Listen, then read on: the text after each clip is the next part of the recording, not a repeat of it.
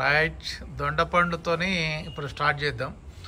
ఈ దొండపండు భగవద్గీత మీద బాగా ఇష్టపడి మమకారం పెంచుకుని అదే మార్గదర్శిని, అదే జీవితాన్ని నడిపిస్తుందని నమ్ముతున్న ఈ దొండపండు కొన్ని దుర్మార్గమైనటువంటి ఆరోపణలు అనాలో లేకపోతే అది అసత్యాలు అనాలో చెప్తా ఉన్నాడు. ఇప్పుడు డిస్కషన్లో ఏమైందంటే భీష్ముడు దుర్యోధనుడు పక్షపాతి అని, ద్రౌపదిని రక్షించటంలో లేకపోతే ఆ జరగబోయే ఉపద్రవాన్ని ఆపటంలో ఫెయిల్ అయిపోయాడు అని భీష్ముడికి ఆపాదించాడు.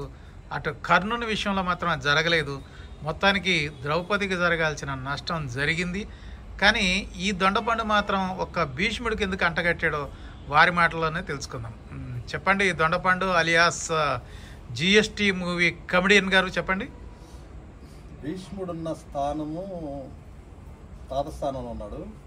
కర్ణుడు వచ్చేటప్పటికి సోదర స్థానంలో ఉన్నాడు. తర్వాత దుర్యోధనుడు తన స్థాయిని పెంచి ఒక రాజ్యాన్ని అప్పచెప్పి, నువ్వు కింది స్థాయి వాడు కాదు పై స్థాయి అని చెప్పేసి నీకు ఒక అంగరాజ్యాన్ని కట్టబెట్టి, తర్వాత తనకి ఇచ్చినటువంటి ఇంపార్టెన్స్ని, తనకి ఉన్నటువంటి బాధని బయటికి పెట్టి ఏదైతే తను చేస్తున్నాడో, హెల్ప్ చేస్తున్నాడో దాన్ని మనసులో పెట్టుకుని దుర్యోధన పక్షాన్ని నిలబడ్డాడు. అదొక కంటెస్ట్. కానీ భీష్ముడి పరిస్థితి అట్లా కాదు. భీష్ముడు వీళ్ళందరి పైన తాత పొజిషన్లో ఉన్నవాడు. ఆ పొజిషన్లో ఉన్నవాడు ఎటువంటి అంటే విచక్షణ ఎక్కువ ఉన్నవాడు, వీళ్ళందరికంటే చాలా గొప్పవాడు, అద్భుతమైన వ్యక్తి. మాట్లాడాల్సిన టైంలో మాట్లాడలేదు, అందుకని చెప్పి అంపసాయి ఎక్కాడు అని అంటాను.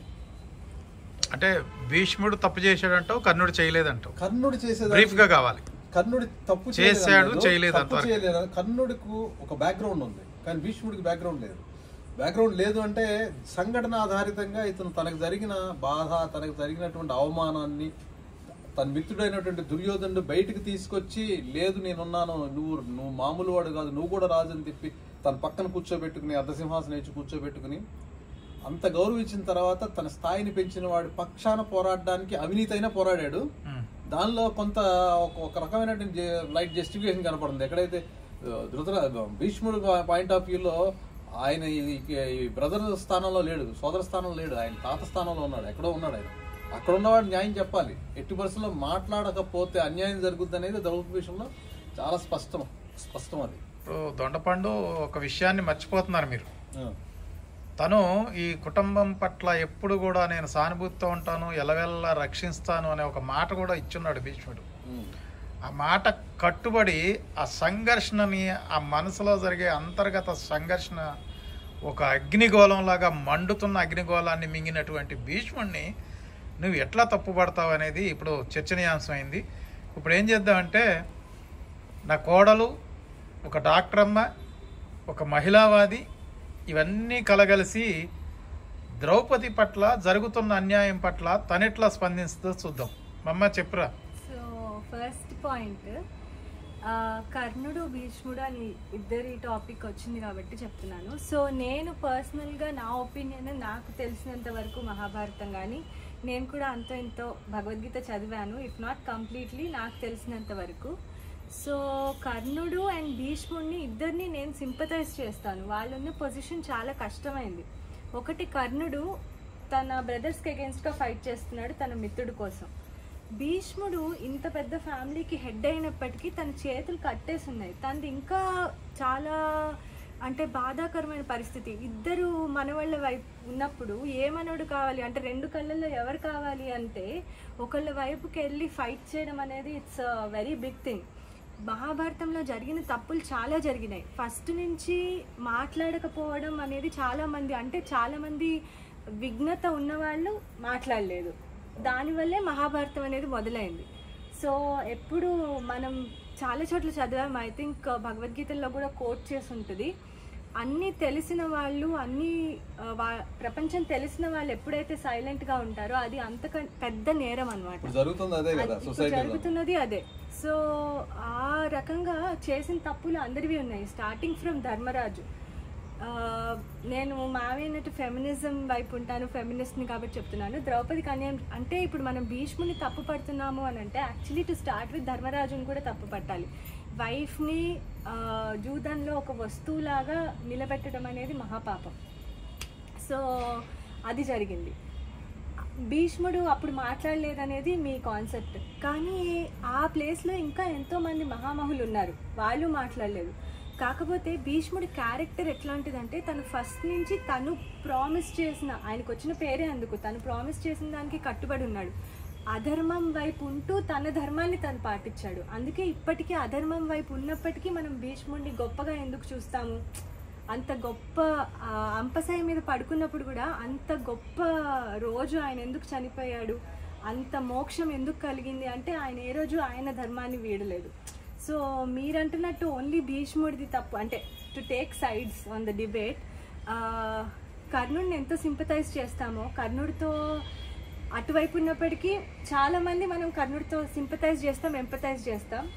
అలాగే భీష్ముడికి ఇంకా ఎక్కువ చేయాలనేది నా ఉద్దేశం. అది ఒకటి ఏంటంటే ధర్మసింధు ప్రకారం ఒక అన్యాయం జరుగుతున్నప్పుడు ఫస్ట్ థింగ్ అడ్డుకోవడం, రెండోది తప్పు అని చెప్పడం, మూడోది మనసులో కనీసం ఇది తప్పు అని అనుకోవటం అనేది మూడు చేయాలన్న మూడు పనులు చేయాలి. ఈ మూడిట్లో ఏది చేసినా కానీ మీరు ధర్మపక్షాన్ని ఉన్నట్టే. ఇందులో అడ్డుకోలేక వెళ్ళి ఆపటం, ఫిజికల్గా ఆపకపోయినా నేను అనేది ఏంటంటే ఆయన ఇది తప్పు నాయన నువ్వు చేసేదని ఒక మాట చెప్పున్నట్టయితే అంపశయ్య మీదకి వెళ్ళేవాడు కాదేమో అని నా కంటెస్ట్. అంపశయ్య ఇప్పుడు శిక్షింపబడ్డా లేదా అంటే బాణాలతో కొట్టబడి, అంటే యుద్ధంలో స్వచ్ఛంద మరణం కలిగిన వ్యక్తి తనంతట తానే వెళ్ళిపోయాడు. కానీ బలమైన బాణాలు ఒంటి నిండా కానీ గాయాలయ్యే స్థాయికి ఏదో ఒక చిన్న, ఇప్పుడు అశ్వత్థామ అత కుంజరా అని చెప్పినటువంటి ధర్మరాజు అబద్ధంలో సగం నిజం ఎంతో, అందుకని చెప్పి కొంత దూరం ఎట్లయితే నరకాన్ని కొంత దూరం ఎట్లయితే తను వెళ్తాడో ప్రతిదానికి దాని కౌంటర్ రిజల్ట్ అనేది ఉండాలి కదా. సో నేను అనేది ఏంటంటే భీష్ముడిని తప్పు పట్టడం అనేది కాదు, కానీ ఈ పాయింట్ ఆఫ్ టైంలో మూడు ఆపమని అంటలేదు, అలా అని చెప్పి మనసులో అనుకోమని అంటలేదు. మిడిల్ ఇంకోటి ఉంది, ఇది తప్పు నాయన నువ్వు చేసేది అనేది ఒక్క మాట ఆయన నోటి నుంచి రాలేదు. అది నాకు నేను అబ్జెక్ట్ చేసేది అది. ఆ మాట అండి, మీరు చెప్పిన ఈ ఒక్క మాట భీష్ముడు చెప్పాలంటున్నారు కదా, అక్కడే ధృతరాష్ట్రుడు ఉన్నాడు. సో ఆడదాన్ని చేస్తున్నప్పుడు అక్కడే గాంధారి ఉంది. మరి సొంత కొడుకుని ఆపే హక్కు ఫస్ట్ తల్లికి ఉంటుంది. మీరు ఎంటైర్ చరిత్ర మొత్తం చూస్తే ఫస్ట్ భగవద్గీతలో ఆయన ఫస్ట్ ఏమడుగుతాడు సంజయ్ని, సంజయ మామకాహ పాండవైచ్ఛైవ కిము కురువత సంజయ అంటాడు. మా వాళ్ళు అంటాడు, ఏంటి మీ వాళ్ళు కాదా వాళ్ళు అన్న, మా పిల్లలు అంటే ఏంటి, బాబాయ్ పిల్లలు వేరు నా పిల్లలు వేరా, మా వాళ్ళు ఏం చేస్తున్నారు యుద్ధంలో అని అనలేదు ఆయన. ధృతరాష్ట్రుడికి ఉన్నంత గుడ్డి ప్రేమ ప్రపంచంలో ఎవరికి లేదు. ఎంత గుడ్డి ప్రేమ అంటే నిజంగా గుడ్డివాడు, గుడ్డి ప్రేమ. ఆమె కళ్ళ కట్టేసుకుంది, ఆమె కనపట్లేదు, వినపడుతోంది. ఇక్కడ ఏంటంటే ఎంత ధృతరాష్ట్రుడు మాట్లాడే ఉండుంటే అసలు యుద్ధమే జరగదు. ధృతరాష్ట్రుడు మాట్లాడుంటే యుద్ధమే జరగదు, వారించలేదు. పైగా కొడుకును బాగా ఎంకరేజ్ చేశాడు. ఎంత ఎంకరేజ్ చేశాడంటే గెలవాలి ఎప్పటికైనా మావాడే గెలుస్తాడని.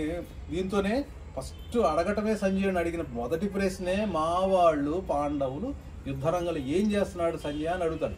అక్కడే తెలిసిపోయింది పక్షపాతం ఇంకెందుకు ఆపడు. కానీ మీరు ఓన్లీ అట్ దిస్ సిచ్యువేషన్ భీష్ముడు అన్ని చేతులు కట్టేసుకుని అంటే కట్టేశారు ఎప్పుడో ఫస్ట్ నుంచి.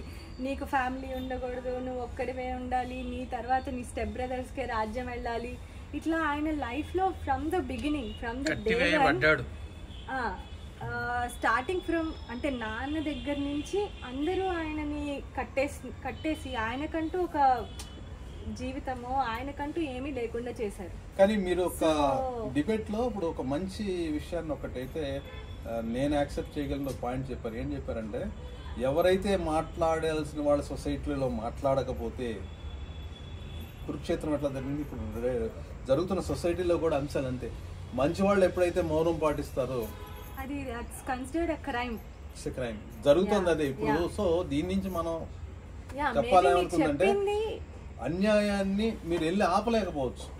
సొసైటీలో జరుగుతుంది కనీసం వాయిస్ ద్వారా ఇది తప్పు అని ఎవరు చెప్పట్లేదు. చెప్పాలి కానీ దొండపండు ఇక్కడ మేము విభేదించేది ఏంటంటే, నా కోడలైనా నేనైనా భీష్ముడిని ఒక్కడే నువ్వు ఎందుకు తప్పు పట్టావు? పర్టికులర్గా కర్ణుడిని ఎందుకు నువ్వు సైడ్ పెట్టేసి కర్ణుడి వైపు సింపతి చూపించావు? భీష్ముడు ద్రౌపదికి జరిగిన అన్యాయంలో ఇద్దరు అని అన్నాను, లేకపోతే ఇంకో రకం చెప్తా చెప్పు, కానీ భీష్ముడిని ఎందుకు తప్పు ఆయన పొజిషన్ పొజిషన్ అంటున్నారు, పెద్దది. కానీ మీరు ఆయనకున్న పొజిషన్ కి తగ్గట్టే ఆయనకి చాలా సంఖ్యలు ఉన్నాయి, అవి మీరు గుర్తించారు. ఉన్నాయి నేను కాదంటలేదు, నేను అందుకని ఆపమన్నాను, అడగలేదు.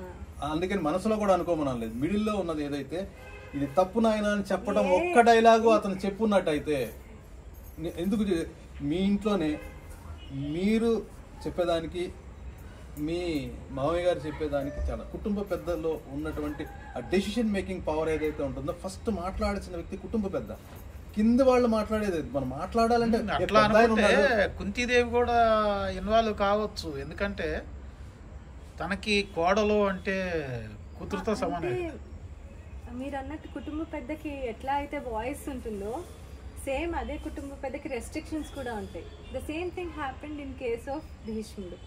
ఇప్పుడు ఒక లిమిట్ ఆయన గిరిగీసుకొని ఉండిపోవాల్సి వచ్చింది తన కుటుంబం కోసం, తను ఇచ్చిన ప్రామిసెస్ కోసం.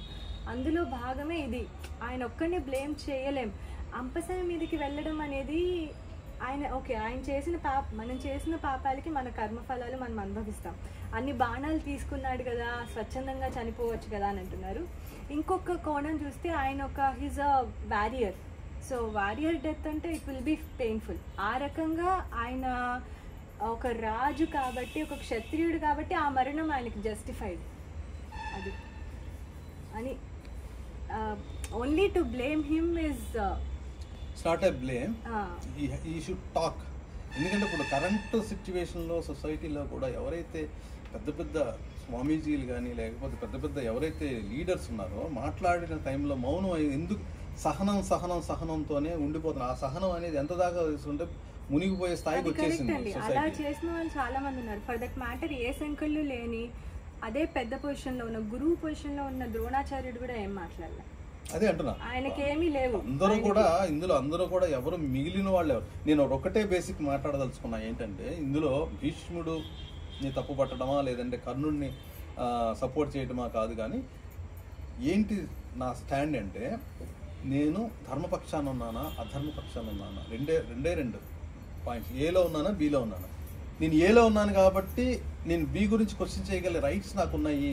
ఇది నా ప్రాపర్టీ నువ్వు తీసుకోవడానికి ఉన్నప్పుడు నీది ఎంతవరకు నువ్వు ఎన్ని కథలు చెప్పినా, ఎన్ని అల్లినా, ఎన్ని దానికి డెకరేషన్ చేసినా, ఎంత గొప్ప మాటలు అందులో చెప్పినా, అతనికి ఎన్నో బాధలు ఉన్నాయి, ఎన్నో రెస్ట్రిక్షన్స్ ఉన్నాయి, ఎన్నున్నా కానీ ఇది వీళ్ళది కాదు అని చెప్పి నువ్వు ఆ పక్క నుండి నువ్వు యుద్ధం చేస్తున్నప్పుడు, ఆ పక్క నుండి బాణాలు వేస్తున్నప్పుడు అది ఎంతవరకు కరెక్ట్? బేసికలీ మాట కట్టుబడిపోయి ఉండొచ్చు. ఇంకొకటి నా స్టాండ్ ఆన్ మహాభారతం ఆసెచ్, మీరు మీ ఫైనల్ స్టాండ్ చెప్పారు కాబట్టి నేను కూడా ఏం చెప్పాలంటే, actually Mahabharatam is nothing like black and white. ధర్మం అధర్మం కాదు, ఇట్స్ ఫుల్ ఆఫ్ గ్రేస్, అన్ని మిక్స్డ్. ప్రతి క్యారెక్టర్ మనలాగే. ఇప్పుడు మనం ఎట్లా మనకి తప్పులు ఒప్పులు ఉంటాయో, ధర్మరాజ్కి 100% మీరు అసలు చాలా బ్యూటిఫుల్ వర్డ్ చెప్పారు. Every character is unique. It's like a society. ప్రతి మనిషి ఇప్పుడు అందరూ భారతంలో లేని క్యారెక్టర్లు సొసైటీలో లేవు, సొసైటీలో లేని భారతంలో లేదు, అన్ని ఉన్నాయి, అన్ని కవర్ చేస్తారు. కీచికుడితో సహా కవర్ అయిపోయింది, జూదం కవర్ అయిపోయింది, యుద్ధం కవర్ అయిపోయింది, అన్ని కవర్ అయిపోయింది. వ్యసనాలు ఉన్నాయి. ఇప్పుడు ధర్మరాజు అని అంటున్నాం కాబట్టి కదా, ఆయనకు కూడా వ్యసనాలు ఉన్నాయి. They showed that nobody is perfect. So మీరు అన్నట్టు ధర్మం అధర్మం అని ఫైట్ యాక్చువల్లీ జరగలే. కృష్ణుడు కూడా పాయింట్ అదే, అంటే భగవద్గీత ఎందుకు వచ్చింది మనకి, ఇప్పుడు ఎందుకు మాన్యువల్ అయింది మీరు అన్నట్టు అని అంటే, ఓన్లీ అప్పుడు ఆ గ్రేస్లో ఉంది కదా, గ్రే జోన్లో ఉన్నారు. అంటే 2 షేడ్స్ ఉంటాయి. మనం ఏ షేడ్ని మనం ఏ టైంలో ప్రొజెక్ట్ చేస్తామనేదే మన human nature. That is what is shown in Mahabharatam. So completely ధర్మం అధర్మం అని లేదు. ఖచ్చితంగా నేను ఒప్పుకుంటా. ఫర్ ఎగ్జాంపుల్ ఈ దుర్యోధనుడు దుశ్శాసనుడు ఖచ్చితంగా దే ఆర్ బ్లాక్స్, అంటే బ్లాక్ అంటే నెగటివ్ షేడ్లో ఉన్న వాళ్ళు అని నేను ఒప్పుకుంటాను. ఓకే, బట్ ఇట్లాంటి గ్రే క్యారెక్టర్స్ ఎక్కువ ఉన్నాయి అందులో. So to push them to one side is not correct అనేది. ఒకటి ఏంటంటే ఆ సైడ్ ఉన్నటువంటి వాళ్ళు కూడా ఇక్కడ యుద్ధం చేసిన వాళ్ళు బతికే ఉన్నారు. ఎవరైతే ఇటు నుంచి అటు వెళ్ళారో వాళ్ళు ఎవరు లేదు, ఎవరు మిగలలేదు.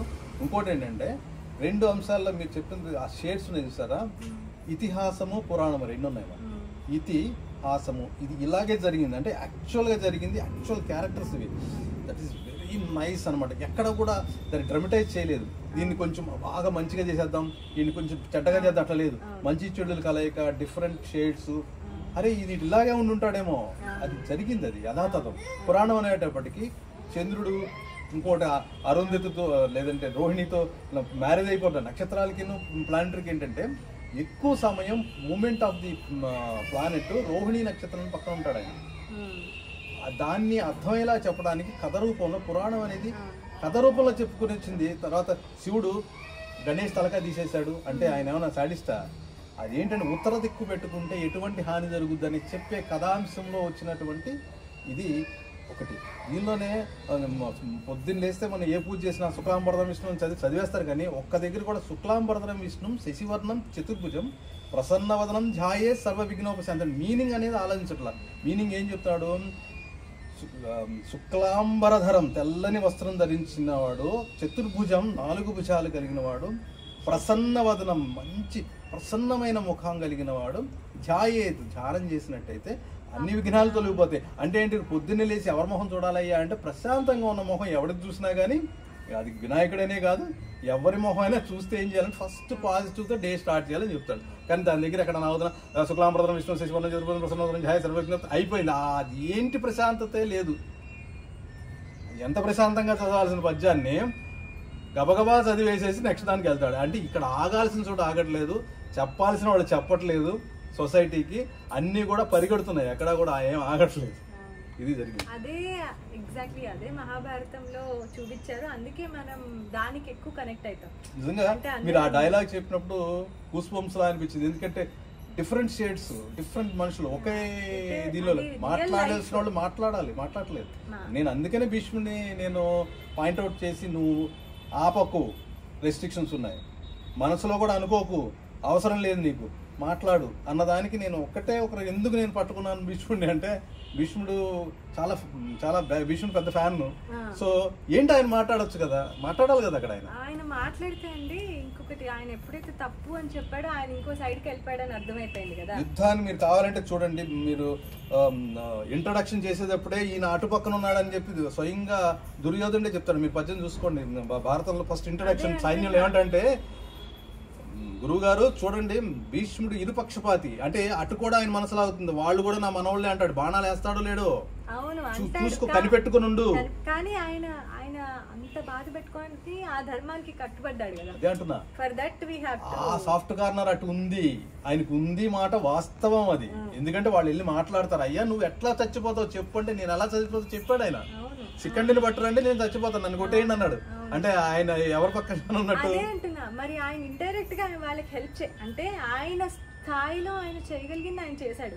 ఆయన ఎదిరించేంత వారియర్ ఎవరు లేరు అని తెలుసు ఆయనకి. అందుకే ఈ టాపిక్ ని ఎందుకు తీసుకురావాల్సి వచ్చిందంటే, తన ఎలా చచ్చిపోవాలో వాళ్ళకే ఇంట్రడక్షన్ ఇచ్చేసి తనే చచ్చిపోయి ద్రౌపది విషయంలో మాట్లాడాల్సిన టైంలో ఇప్పుడున్న సొసైటీకి లింక్ చేయడం కోసం మాట్లాడిన విషయం ఏంటంటే, మాట్లాడాల్సిన వాళ్ళు మాట్లాడపోతే అనర్థాలు జరుగుతాయి అనేది వాస్తవం. అలా ఆయన ఒక్కడే కాదు, బట్ చాలా మంది మహాభారతంలో ఉన్న పెద్దవాళ్ళు అందరూ మాట్లాడాలి. Is the legend. ఇప్పుడు ఎప్పుడైనా సరే టార్గెట్ ఎవరి మీదకి వెళ్తుందంటే లెజెండ్ మీదకే ఫోకస్ చేస్తారు. చిన్న వీళ్ళు ఎవరండి మనకు తెలియదండి, భీష్ముడు నాకు తెలుసండి అంటారు. అందుకని చెప్పి భీష్ముడు గురించి మాట్లాడినప్పుడు ఆ రోజు తప్పు అని మాట్లాడి ఉండుంటే మీరన్నట్టు అప్పుడు కూడా కురుక్షేత్రం జరిగేది కాదేమో, ఆగిపోయేదేమో. Maybe the same thing as you said to ధృతరాష్ట్రుడు లాగా ఆయన మాట్లాడుంటే జరిగేది కాదేమో. So to teach or to tell us what is wrong and right, maybe this has happened. అవి ఆ తప్పులు చేయకపోతే నేర్చుకోవడానికి ఏం లేదు ఇక్కడ, దాని నుంచి ఏమి నేర్చుకోలేదు. But to empathize, I empathize with him more than Karna. ఆయనకున్న ఇవి కానీ ఆయన పుట్టినప్పటి నుంచి టు సీ హిజ్ లైఫ్, ఆయన చూస్తే టు ఎంపథైజ్ ఆయనతో అంత పెద్ద. ఇంకొకటి ఏమనిపిస్తుంది తెలుసా, ఇంత పెద్దగా ఉండి కూడా, ఇంత ఫ్యామిలీకి హెడ్ అయ్యి కూడా నేను ఏం చేయలేకపోతున్నా, ఆ సెల్ఫ్ హేట్రెడ్, సెల్ఫ్ బాధ అది కూడా ఉంటుంది, ఆ డిప్రెషన్ అనేది. To that character, if I am in that place, అట్లా ఊహించుకుంటుంటే నేను నా ఫ్యామిలీకి నేనేం చేయలేకపోతున్నాను, నా సొంత మనవాళ్ళు ఇద్దరు కొట్టుకుంటుంటే నేనేం చేయలేకపోతున్నాను, that pain would have killed him every day. ఆ అధర్మం వైపు నుంచున్న that pain and guilt would have killed him more అనేది నాకు అనిపిస్తుంది. మీ ఇద్దరిని ఒక్క నిమిషం ఆపి నాకు మాట్లాడాలనిపిస్తుంది. చెప్పండి.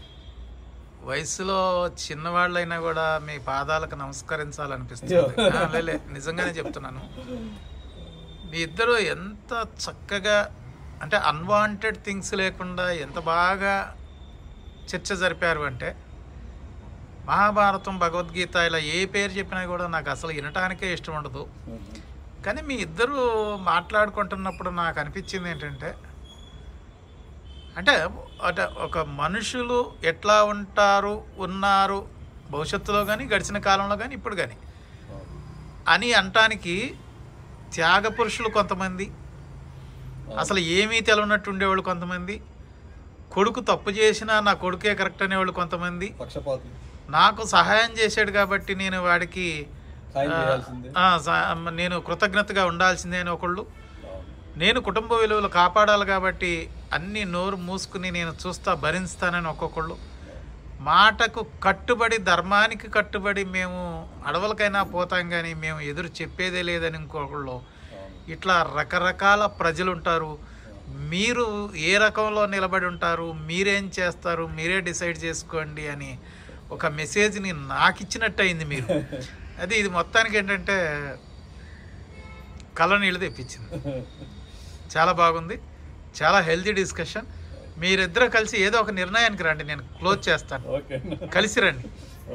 నిర్ణయం అంటే ఫైనల్ ఏం లేదు, సొసైటీలో మాట్లాడాల్సిన వాళ్ళు మాట్లాడాలి అనేది ఫైనల్ అది నేర్చుకుంది మనకు మహాభారతం నేర్పిస్తుంది. అక్కడ ఆయన మాట్లాడి ఉండవచ్చు కానీ ఇప్పుడు అది కనుక ఎంత పరిణామం తీస్తుంది, సొసైటీలో మాట్లాడాల్సిన వాళ్ళు మాట్లాడాలి తప్పని ఓవరాల్గా ఇప్పుడు తెలిసింది ఏంటంటే ఇట్లాగే ఉంటారు. ఉంటారు కానీ మనం ఎట్లా ఉండాలనేది మీరిద్దరు కలిసి ఒకే నిర్ణయానికి రండి. రాగలితే రండి. రాగాలంటే అంటే ఒకటేనండి, అన్యాయం ఏదన్నా ఉన్నప్పుడు ఖచ్చితంగా దాన్ని గురించి మాట్లాడటం అనేది ఎంతో కొంత హెల్ప్ అవుతుంది. ఇప్పుడు నువ్వు అట్లా మాట్లాడావనుకో నీకు సినిమా అవకాశాలన్నీ పోతాయి. నువ్వు ఇప్పుడే కమెడియన్ గా మంచి పేరు పోయింది, నువ్వు అట్లా మాట్లాడితే పోతాయి. లౌక్యంగా ఉండటం అనేది చాలా ఇంపార్టెంట్. అవును, ఈ సొసైటీలో లౌక్యం అవసరం, కానీ కొన్ని లౌక్యాలు మన పర్సనల్ మన ఏదైతే ఒక స్టాండ్ నిలబెట్టుకున్నాం దాన్ని పడగొట్టేది అలాగా ఉంటే అలాంటి నీకు వ్యక్తిత్వం కావాలా, అవకాశం కావాలా, దొండపండు అంటే నీకు ఏం కావాలనుకుంటావు? వ్యక్తిత్వమే పట్టుకుంటానండి. అవకాశాలు కోల్పోతావు. మరి కోల్పోయినా కానీ 90 కోల్పోయినా 99 కోల్పోయినా 100 ఒకే ఒకటి హిట్ పడితే తీసుకెళ్ళిపోతుంది. ఇదేదో ఉందంటే నీ సినిమాలో నువ్వు చెప్తావు కదా, 100కు ఒకటి తక్కువైనా పర్లేదు కానీ ఏ చెప్పు నీ డైలాగ్ నువ్వు చెప్పు. 100కి 101 వచ్చినా పర్వాలేదు కానీ ఒక్క మార్క్ కూడా తగ్గడానికి వీల్లేదంటావు. ఓకే, ఇప్పుడు ఏం చెప్తావురా మమ్మ, నువ్వేం చెప్తావురా? నాదేం లేదు మా, యాక్చువల్లీ అది మహాభారతం మన రియాలిటీ, మన రియల్ లైఫ్ కి చాలా దగ్గరగా ఉంటుంది. సో ఏ మనిషి నేను మళ్ళీ చెప్పినట్టు బ్లాక్ అండ్ వైట్ గా డిఫరెన్షియేట్ చేయలేం. అందరూ గ్రేసే, we're all colours of greys. ఒక్కొక్కసారి ఒక్కొక్కటి బయటకు వస్తూ ఉంటుంది, ఆ సందర్భాన్ని బట్టో, ఆ ఎమోషన్ ని బట్టో. సో దాన్ని బ్యాలెన్స్ చేసుకుంటూ వెళ్ళడమే స్థితప్రజ్ఞత. అంటే దేంట్లోనే ఇన్వాల్వ్ అవ్వకుండా అట్లా కూర్చొని ఉండడం కాదని నా పర్సనల్ ఒపీనియన్. అన్ని బ్యాలెన్స్ చేసుకుంటూ అన్ని ఇమోషన్స్ ని వెళ్ళడమే అది ఆ సిచ్యువేషన్ కి తగ్గట్టు అని నా ఒపీనియన్. అంటే దాని నుంచి నేర్చుకోవాల్సింది మెయిన్ థింగ్ ఏంటంటే, మళ్ళీ చెప్తున్నా, అన్ని తెలిసి సైలెంట్ గా ఉన్నవాడే చాలా పెద్ద దుర్మార్గుడు. తెలిసిన నా దృష్టిలో మీ ఇద్దరు దుర్మార్గులు వాళ్ళ చుట్టే తిప్పుతున్నారు. ఆ ఎదవ ధృతరాష్ట్రుడు వాడిని ఏమన్నారు మీరు, ఆ గాంధారిని ఏమన్నారు, కర్ణుడిని ఏమన్నారు. తను ఏదైతే చెప్పిందో గ్రే షేడ్ అంటే వాడు భీముడిని దగ్గర తీసుకుని వారు ఏమంటారు ధృతరాష్ట్ర కౌగిలి అంటే నాకు తెలిసేది కాదు. కానీ వాడు దౌర్భాగ్యుడు అట్లా వచ్చాడు కదా. మీరు ఆ మాటలు మాట్లాడరు, ఇవన్నీ మాట్లాడారు. అంటే వాళ్ళు చేసిన తప్పు అని జనాలు అందరూ యాక్సెప్ట్ చేస్తున్నారు. బట్ ఇట్లాంటి వాళ్ళని, ఫర్ ఎగ్జాంపుల్ నా దృష్టిలో ద్రోణాచార్యుని కూడా మరి తప్పు అని ఎవరు చెప్పరు, కానీ అది ఆయన చేసి ద్రోణాచార్యుడు గురువు పాత్ర కదా. ఇంకా నా చెప్పాలంటే భీష్ముడి కంటే పెద్ద నేనేమనుకుంటాను, ద్రోణాచార్యుడు గురువు and school teacher, salaried person under the king. తనకు హక్కు బాధ్యత లేదా, తక్కువ. అది అండర్ ద కింగ్ రిలేషన్ లో లేడు ఆయన. Under the king is an employ, ఆయన్ని ఈజ్ అన్ ఎంప్లాయ్.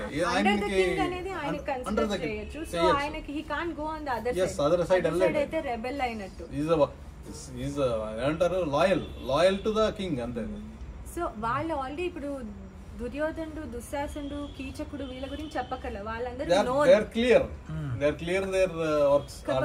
వీళ్ళని చూస్తే వీళ్ళని మనం కనెక్ట్ అవుతాం, ఎందుకంటే మనలో కూడా ఈ రెండు ఉంటాయి.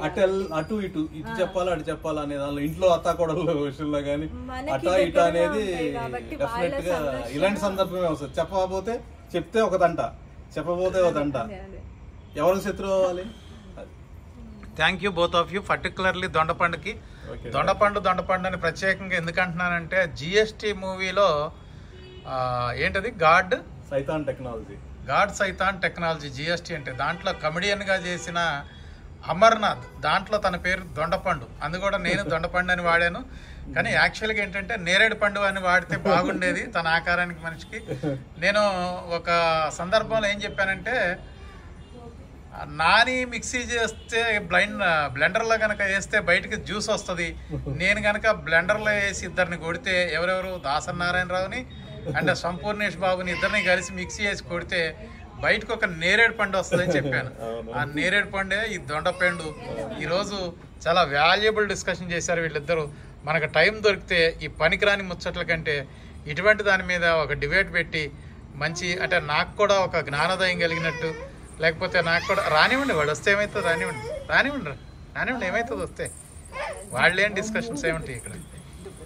నాకు కూడా జ్ఞానోదయం కలిగినట్టు అయింది, నాకు కూడా కనువిప్పు కలిగినట్టు అయింది, నా కళ్ళంటే నీళ్ళు వచ్చినాయి నిజంగా.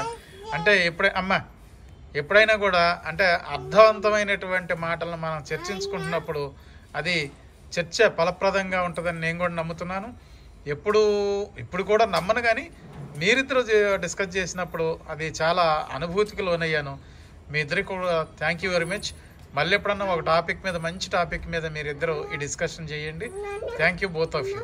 అమ్మలో బంగారు తల్లి బాయ్ చెప్పరా, నువ్వు బాయ్ చెప్పు, బాయ్ చెప్పే బంగారే, థ్యాంక్ యూ చెప్పే, బాయ్ చెప్పే.